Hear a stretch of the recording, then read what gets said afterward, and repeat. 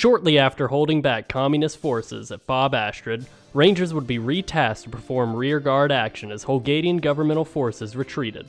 The objective was for Rangers to hold back Russian and communist forces until the Hungarians could withdraw, and then to withdraw themselves. Rangers would deploy from Bob Astrid, making their way to Blood Moon Airfield, where they would set up at OP's Rampage, Archer, and Kickass.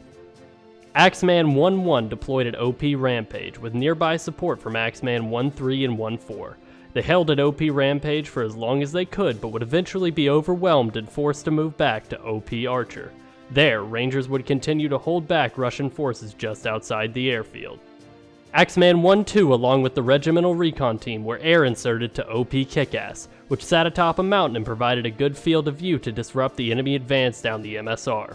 Using tow launchers, GMGs, and the rifles on their backs, Axeman 1-2, RRC, and elements of 1-5 saw to the destruction of a large quantity of armor and manpower.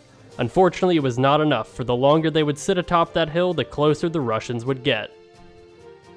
Eventually, a Russian Special Forces team was able to get onto the hill, resulting in heavy losses from Axeman 1-2. A CAS evac was called, and those left on OP Kickass were brought back to Blood Moon Airfield. After the wounded were stabilized, Axeman 1-2 along with RRC and elements of 1-5 moved to support the withdrawal of Axeman 1-1, 1-3, and 1-4 from OP Archer.